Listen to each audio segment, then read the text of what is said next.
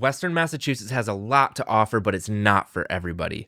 Let's take an honest look at the pros and cons so that you can make an informed decision on whether or not Western Massachusetts might be right for you. Welcome back to Living in Massachusetts. If you are new here, we're going to be talking about all things Massachusetts, from different investing strategies across the state to different town and community tours and more. If you're interested in real estate in Massachusetts, this is the channel for you. So go ahead and hit that subscribe button if you haven't already, and let's jump right into 6 pros and 6 cons of Western Massachusetts. Let's start off with the pros. Massachusetts is one of the most expensive states in the country, right next to Hawaii. However, Western Massachusetts offers some of the most affordable living in the entire state. In different parts of Western Massachusetts, such as North Adams, you can still find a home for an affordable price, such as right around the $200,000 price point, which even across the entire nation is considered an affordable housing unit. Pro number 2, there is much more open space and nature to enjoy in the western part of Massachusetts.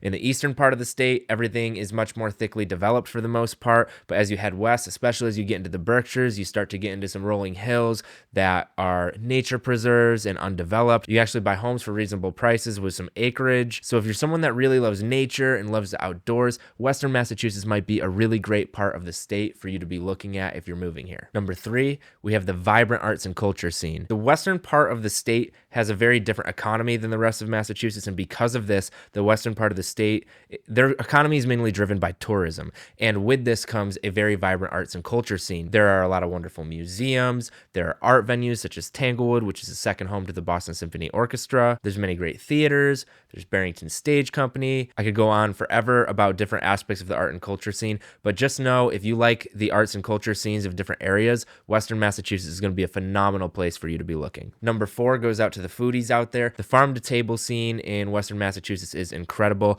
and a lot of this kind of ties back into the whole thing of us having a lot more open space because there's a lot of farmland in this part of the state. With that comes the opportunity for a lot of restaurants to exist with rotating menus based on what the local farms are producing, and many of them take advantage to this at the highest level. We have some really great food in the western part of the state, and if you have not tried it yet, you should absolutely be looking to find somewhere that has a rotating menu and has offerings from the local farms. Number 5, we're going to be talking about education. And frankly, this one's true for the entire state, but Western Massachusetts is no exception. Massachusetts is known for being number 1 in the entire nation for their education, and this spans through every part of education, whether you're talking about kindergarten or higher education. There's a lot of great colleges in the western part of the state, such as Williams College. University of Massachusetts Amherst is a wonderful state-level university. So if having a very high level of education around the area that you're choosing to live is very important to you, this could be a really wonderful place for you to be looking. And finally, number 6 goes out to the small town charm that is seen in many of the western Massachusetts towns. Now, don't get me wrong, there are some cities throughout the western part of Massachusetts, but really, for the most part,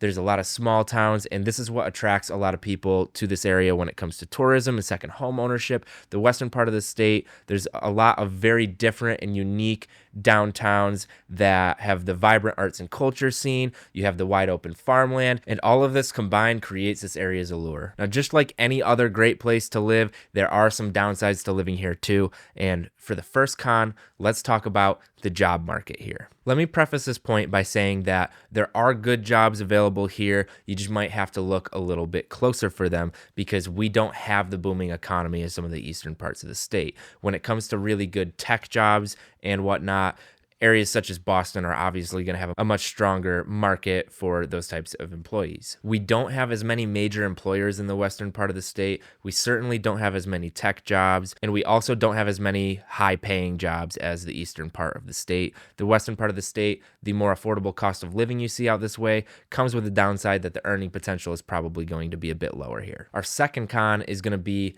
the lack of new construction homes in the western part of the state.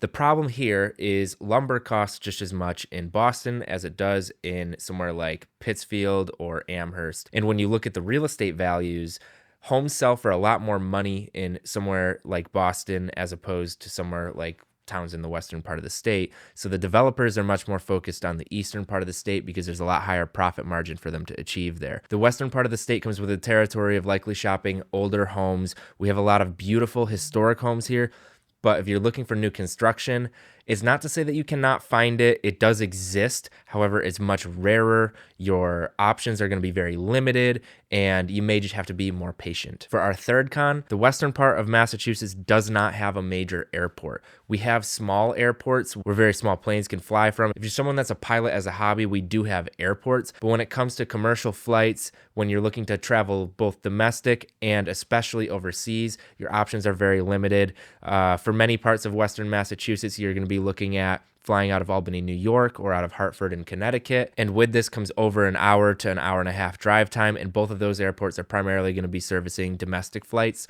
If you're flying overseas, you may be traveling to Boston or to JFK in New York, and this is going to be a 3-hour drive to get to the airport before you hop on your very long plane ride and you go through security. So the additional time to travel is quite unfortunate, frankly, but it's not a deal breaker for many. It's just important that you know this before you move to this part of the state. Number 4, if you happen to be an entrepreneur or business owner, when it comes to finding great talent in this area, it can be much more challenging. Because this area doesn't have as strong of a job market, it doesn't attract as high of a quality of talent, and this can make it challenging to find the people that you need to run your business. The people are there, they're out there. It's just you're not going to have the abundance that you may find in some more major cities, and it may take a bit more effort to sift through candidates to find somebody that's truly qualified for what you're looking to achieve. For con number 5, the slower pace of life here is a double-edged sword. If that is something that you're attracted to, that can be a wonderful thing about the area. But let's talk about it in context of it being a con. We have a much slower pace of life in western Massachusetts, and with this comes some unfortunate things, such as lack of nightlife. We don't have as many options when it comes to late night food. So if you're someone that wants to go out and be getting dinner at midnight, that's going to be really tough to do in a lot of parts of western Massachusetts, or even past 9 p.m., frankly, on certain nights of the week. People don't get back to emails as quickly here. People are here for the rural experience of a slower pace of life. And if that's something that you would find frustrating, western Massachusetts is certainly not going to be the place for you. And to finish this all off, our 6th con and the final of 12 points, let's talk about public transportation in western Massachusetts. If you don't own a car and you want to move to western Massachusetts, you should probably consider getting one, because getting to work and getting to the grocery store and getting to all the things that you need is going to be so much more difficult here. That's not to say it's not possible to find a house or apartment with everything you need nearby, but it's much more unlikely, and you'd have to be very patient to be able to build this type of lifestyle for yourself. Typically, if you're moving to this part of the state, you're going to need a vehicle to get around. The bus infrastructure is there, but it's really not great. When you look towards like subways and stuff like that, we don't have any of that. We actually don't even have Uber in the Berkshires, which to many of you is going to sound absolutely insane. But if I pull up Uber, it's a 50-50 chance whether or not somebody's going to be driving on that platform to pick me up. So you're better off at that point just trying to call a local cab and getting where you're going that way, because of how inconsistent Uber is going to be. So if you're somebody who really doesn't like to drive, western Massachusetts is not going to be the place for you. Make sure you hit that subscribe button if you haven't already. That's my list of pros and cons for western Massachusetts. Looking forward to seeing you in the next video. I'll see ya.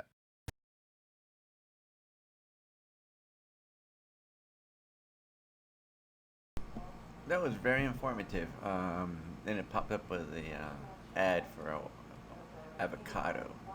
So let me adjust my video here, and I just mentioned a few things. Let's see.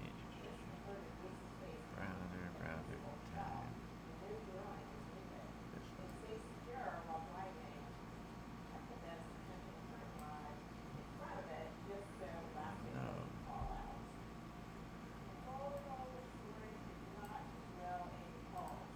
No. Okay, so I still got to get used to some of the buttons on here. I have to really configure OBS. It's really a powerful program, but it has a lot of little buttons to make things work, and it gives me the ability to create buttons, so that's what I'm going to do. His comment on the transportation system in western Massachusetts, he's correct. It's very difficult to get around unless you have a car, and especially in the wintertime. Um, we do have good transport in certain areas that I seem to consider very reliable.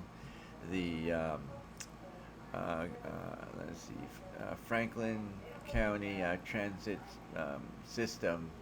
They'll actually come and pick you up at your home in Franklin County or town of Irving, Eight Gill, and Greenville. And they're pretty good. You just have to make an appointment with them and schedule it, and then they'll come to your house and pick you up for a certain fee. I can't remember how much it is, but as a senior and as a veteran, they're very gracious, and so the prices are pretty low if you want to get from point A to point B within that area. The buses for UMass, they use the, I can't even think of the name right now, but I know it's Valley Transport System. Pioneer Valley, they use the Pioneer Valley Transport System. And it works in conjunction with the Franklin County transit system. So the buses will drop you off at certain points, and then the Pioneer Valley buses will be there to pick you up, a few minutes after you get dropped off. So they have it pretty well scheduled. I used to take the Pioneer Valley school bus. And sometimes when I just wanted to ride on the bus and not drive to work and not deal with that, and the bus would leave me right in front of my job. So it was just a matter of coordinating things to get from point A to point B. There's really no hitchhiking. I wouldn't encourage it. And people do have horses, so you have to be careful with the wildlife and the domesticated animals on the roads. And also you'll come across big tractors that just take up all 4 lanes, and then there's only 2 lanes. So I don't know how that happens, but yeah, if you get behind one of those big tractors, you might as well, not be in a rush, because it'll be a while before you can get around them, because the roads are so windy. You can't get a straightaway and pass up those big tractors that they use for tilling the earth and what the farmers use. All right. Other than that, it was a good video, and I'll be posting again soon.